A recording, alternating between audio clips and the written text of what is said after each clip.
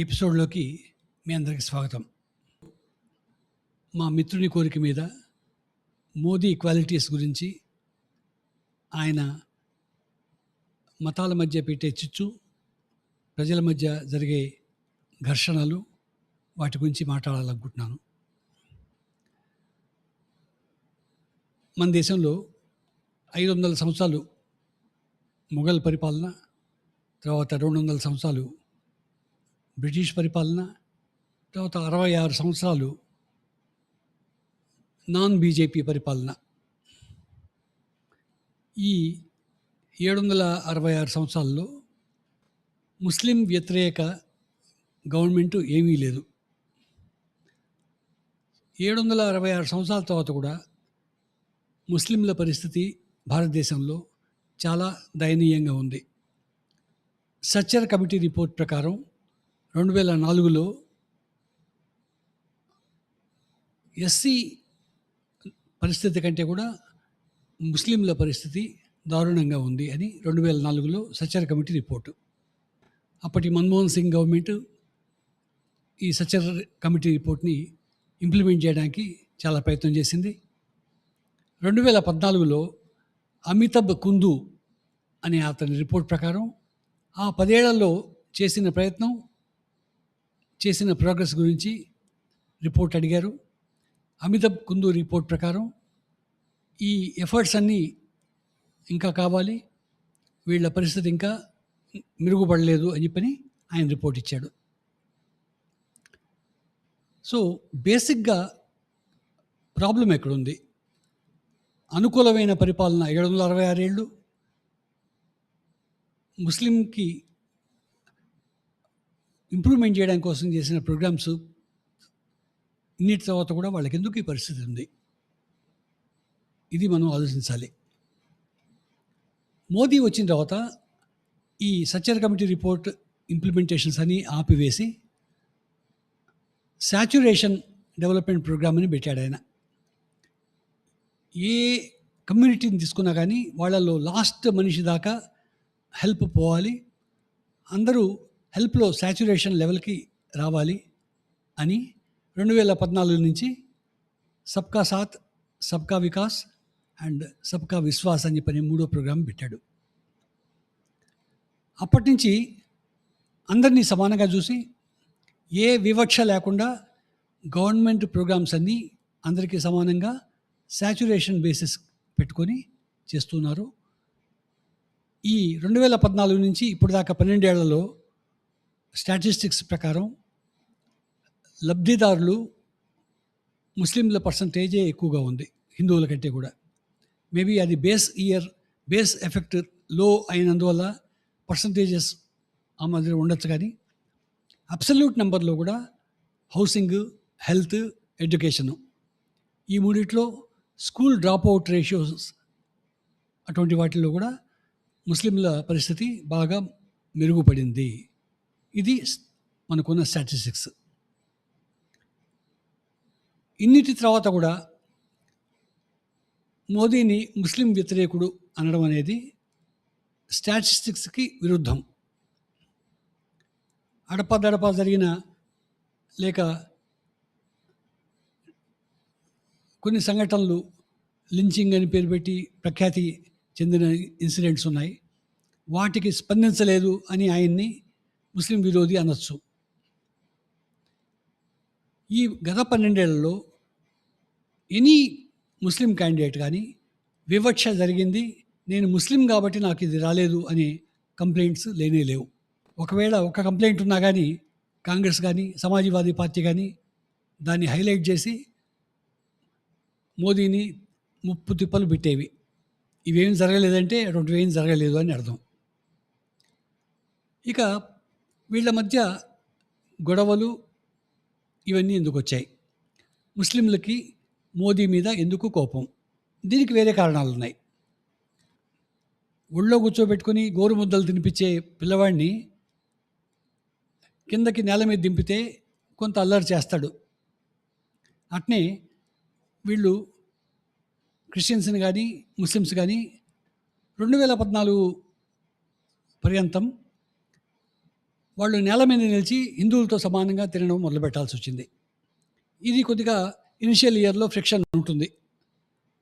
అది కాకుండా ఇంకొక మెయిన్ గ్రడ్జ్ ఏందంటే వక్ఫ్ యాక్ట్‌లో సవరణలు.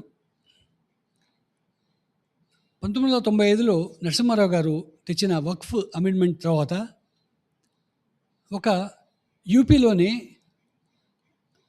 ముస్లిం ప్రాపర్టీస్ వక్ఫ్ కింద 12 లక్షల ఎకరాలు పెరిగాయి. ఇండియా మొత్తం కలిపి 1995 నుంచి ఇప్పటిదాకా 22 lakh acres 22 లక్షల ఎకరాలు వక్ఫ్ ప్రాపర్టీ పెరిగింది. వీటన్నిటిని ఇప్పుడు కొత్తగా వచ్చిన నిబంధనల ప్రకారం రిజిస్ట్రేషన్ లేకుండా వక్ఫ్ ప్రాపర్టీ చెల్లుబడదు అని అమెండ్మెంట్ తెస్తున్నారు. ఇది డెఫినెట్గా ఎవరైతే డీప్ పాకెట్స్ ఉండి ఎవరైతే ఇన్ఫ్లుయెన్షియల్ ముస్లిమ్స్ ఉన్నారో వాళ్ళందరికీ ఇది కొద్దిగా అయిష్టకరమే. ఈ వక్ఫ్ ప్రాపర్టీని కబ్జా చేసి అనుభవిస్తున్నారు. వాళ్ళ దగ్గర డౌన్ ట్రాడన్ ముస్లిమ్స్ని మోదీ మీద ఉసిగొల్పి ఈ వక్ఫ్ని ఎలాగైనా తిప్పికొట్టాలని ప్రయత్నం వాళ్ళు వీలైనంత చేశారు. అది బహుశా కోర్టు రూలింగ్లో కూడా రిజిస్ట్రేషన్ లేకుండా వక్ఫ్ ప్రాపర్టీ చెల్లదు అని రూలింగ్ వచ్చింది. ఇవంతా కూడా వాళ్ళ దృష్టిలో ముస్లిం వ్యతిరేక చర్యలే. వక్ఫ్ యాక్ట్లో వచ్చిన మార్పుల వల్ల ముస్లిం జాతి అంతా మోదీని విరోధిగా చూస్తోంది. ముస్లింలలో డౌన్ ట్రాడన్ వాళ్ళ కోసంగా ఈ వక్ఫ్ ప్రాపర్టీస్ ఉపయోగపడాలి, కానీ అది పెద్ద పెద్ద నాయకులు వాళ్ళు అనుభవిస్తున్నారు. ఇక క్రిస్టియన్స్కి మోదీ మీద కోపం ఎందుకు? ఇప్పుడు ఎఫ్సిఆర్ఏ బిల్ రాబోతోంది. దాంట్లో డొనేషన్స్ కొరకు కొన్ని అమెండ్మెంట్స్ జరగబోతున్నాయి. డొనేషన్స్ మీరు తీసుకోవచ్చు, కానీ ఎక్కడ ఖర్చు పెట్టారో చెప్పాలి. ఈ ఒక్క అమెండ్మెంట్ కోసంగా మొత్తం అమెరికా నుంచి మన అమలాపురంలో బిషప్ దాకా అందరూ లేచి కూర్చున్నారు. ఎందుకంటే వాళ్ళకి డొనేషన్లు కావాలి, వాళ్ళు సొంతానికి ఖర్చు పెట్టుకోవాలి, లేకపోతే వాళ్ళ కన్వర్షన్స్ కోసం ఖర్చు పెట్టుకోవాలి.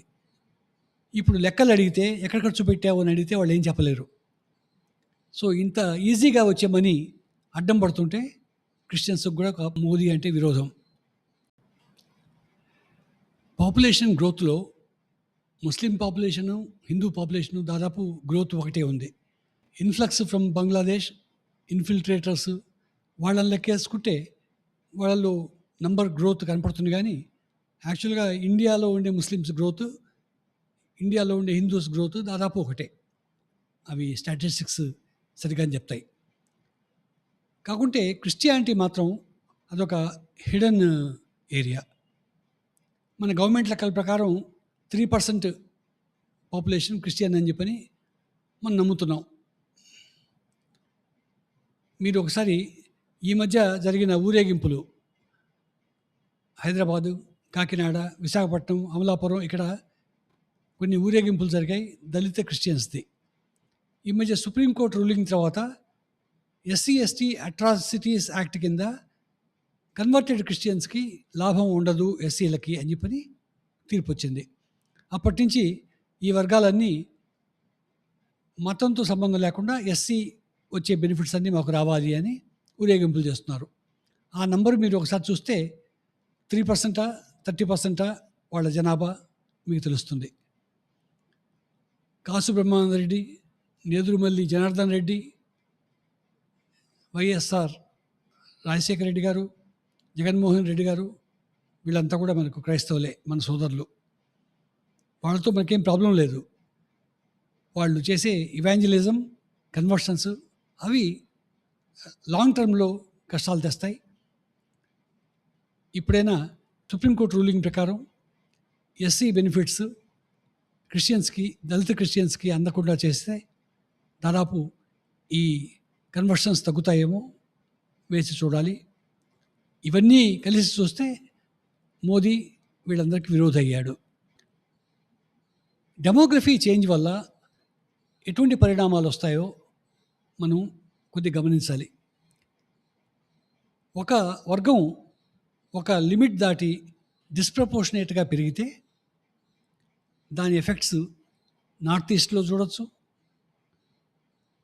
జార్ఖండ్లో చూడొచ్చు, మీరు బెంగాల్లో 2-3 జిల్లాల్లో చూడొచ్చు.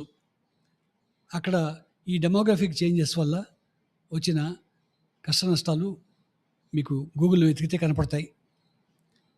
ఇవి చేస్తే మోదీ మత విరోధ శక్తులు మతాల మధ్య చిచ్చు పెడుతున్నాడు.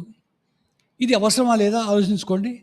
వక్ఫ్ యాక్ట్లో మార్పులు రావాలన్నా వద్దా, ఎఫ్సిఆర్ఏలో మార్పులు రావాలన్నా వద్దా, డెమోగ్రఫీ మనకు నష్టపరుస్తుందా లేదా, ఈ 2-3 క్వశ్చన్స్ మీరు వేసుకోండి. ఆ మూడిటి జవాబుగాన పాజిటివ్ వస్తే మోదీ చిచ్చు పెట్టాడా పెట్టలేదా అనేది తెలుస్తుంది. ఇంకొకసారి మీ కామెంట్స్ కోసం ఎదురు చూస్తూ నమస్కారం.